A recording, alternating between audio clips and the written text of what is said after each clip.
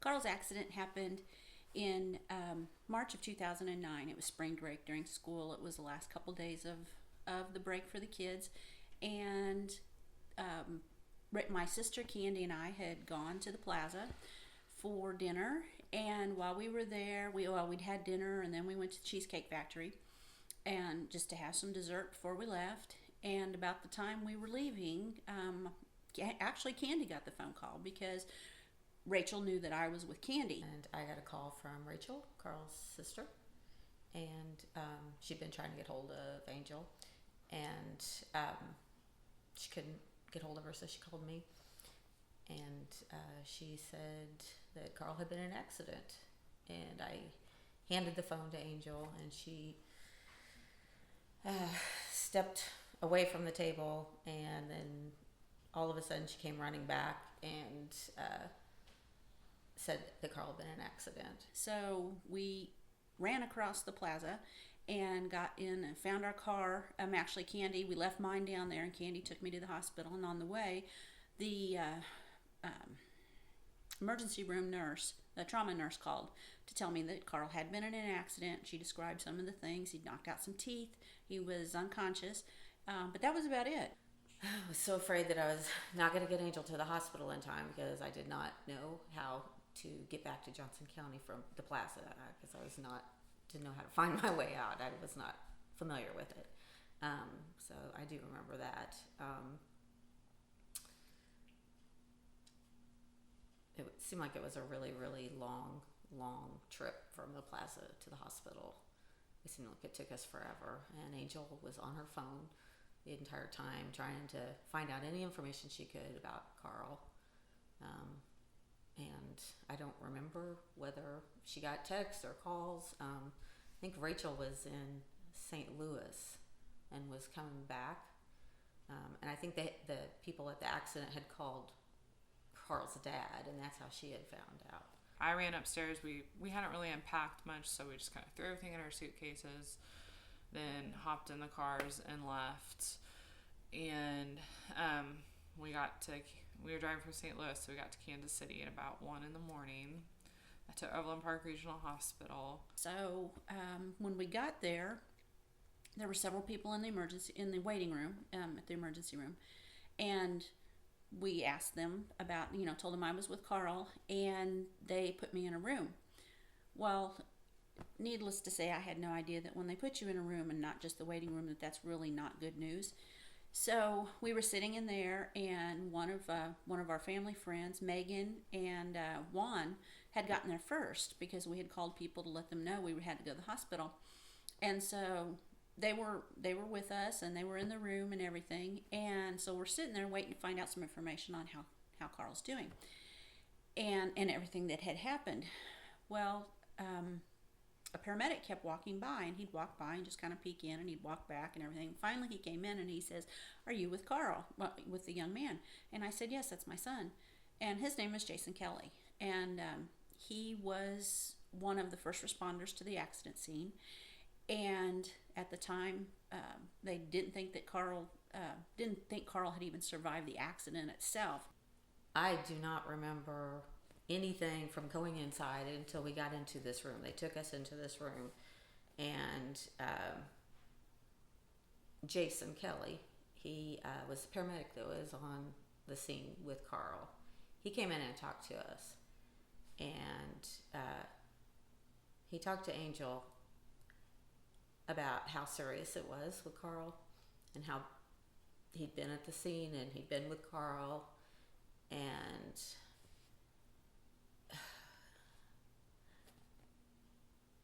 I will never forget Angel and the sound she made when she found out how bad it was with Carl.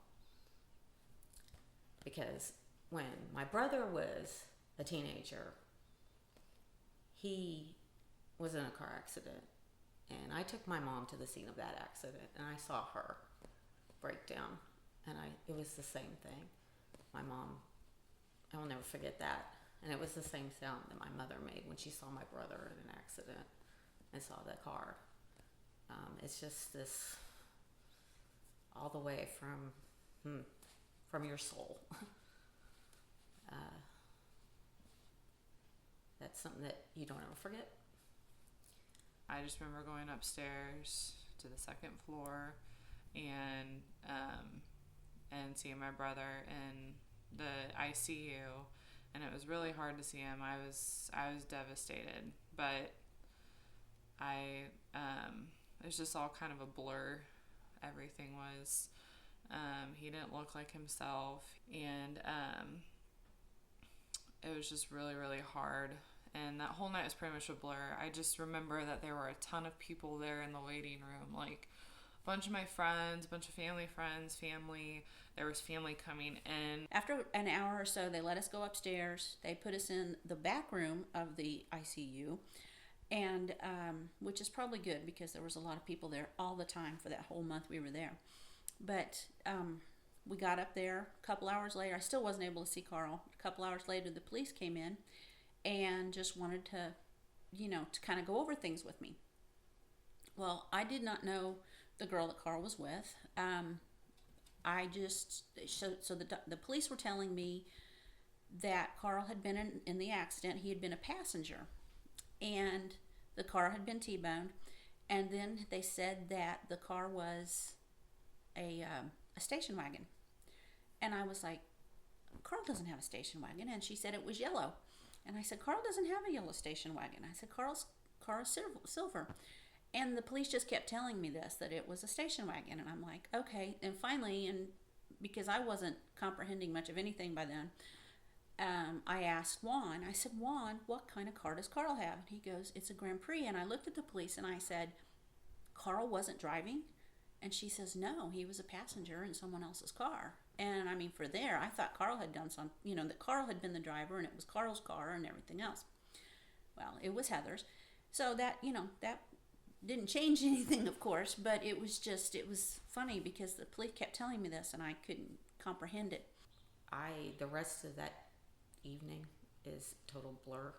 I don't remember a whole lot about it. I saw Carl. There was a lot of wires. It was a lot of bruising. The first time, I don't even remember when that was. But basically, what I remember about the accident was that room where we got told how bad things were. I remember over the course of the next, I guess it was a few days, when Carl's dad came in and Rachel and Angel were in, and things were still not looking good. And they did not think he was going to make it. I finally was able to go in and see Carl, and they warned me before I went in that he was unconscious and that he had a hole in the side of it had cut him severely in the side of the face, and that he was unconscious and that they couldn't get an airway, and said that he had a breathing tube. So when I was able to go in, yes, it was very frightening for a mom to see your child laying there like that.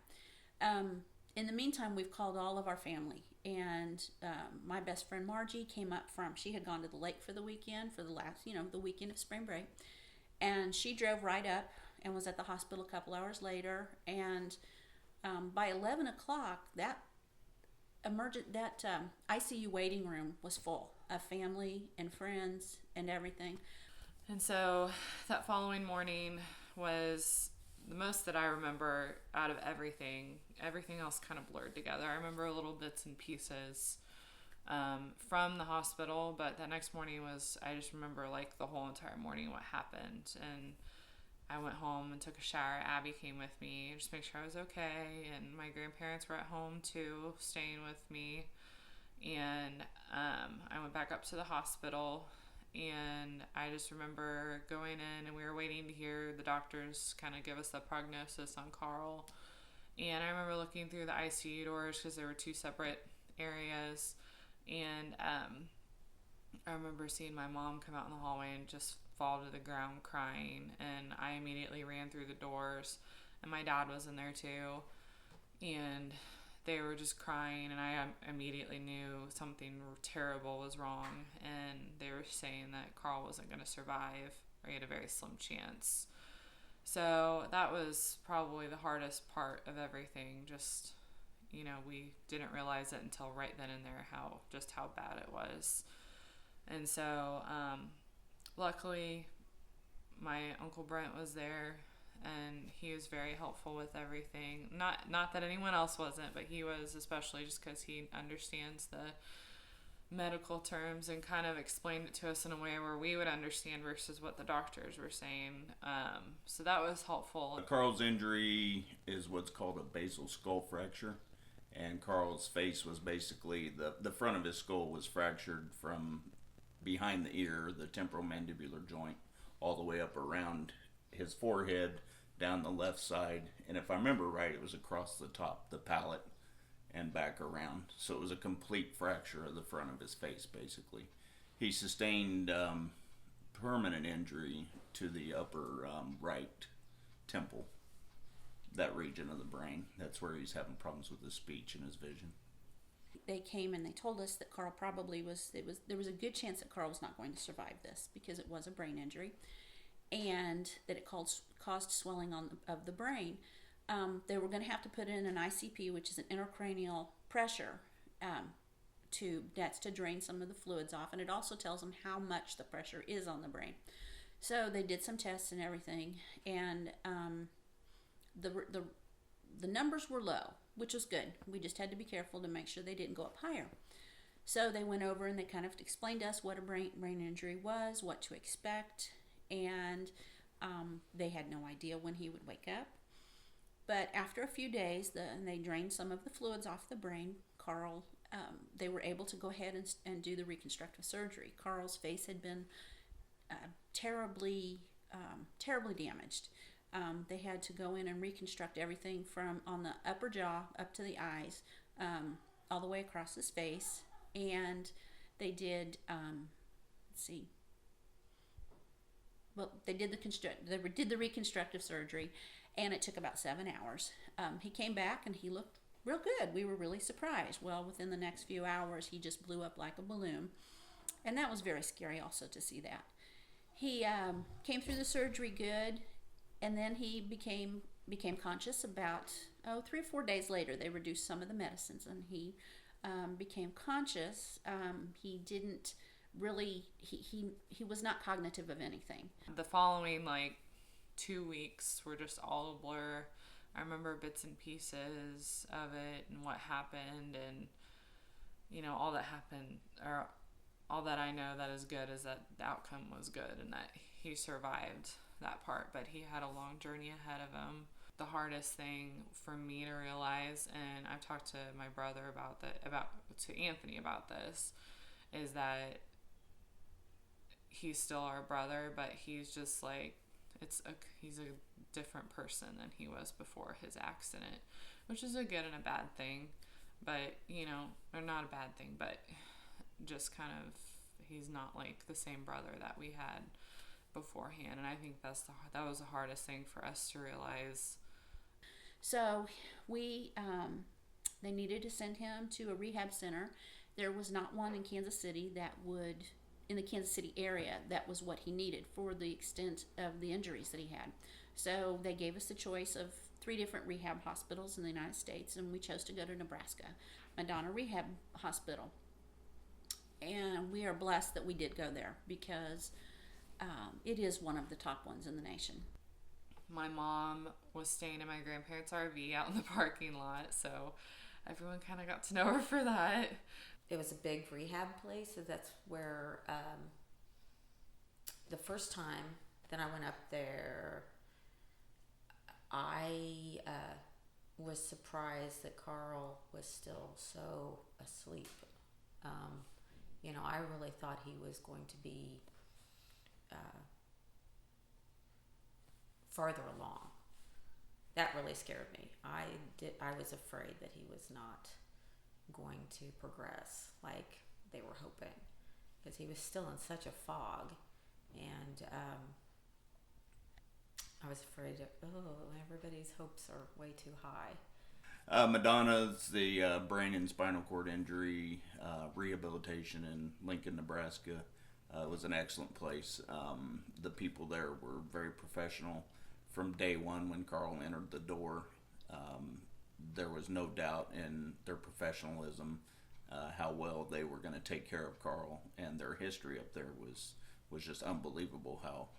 How people respond after having a brain injury, a stroke, or a trauma, spinal injuries, everything else. Just by watching the staff talk to people and work with people, we knew that was going to be the best place for him.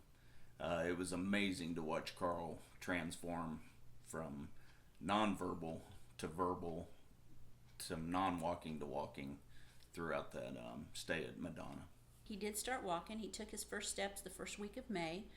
He took 8 or 9 steps, and it was a joy to see that, because here's Carl at 6'3", and there's his PT, Scott Fandrich, helping him because they're holding him up. But Carl did take those steps, which was amazing. I remember Carl coming home.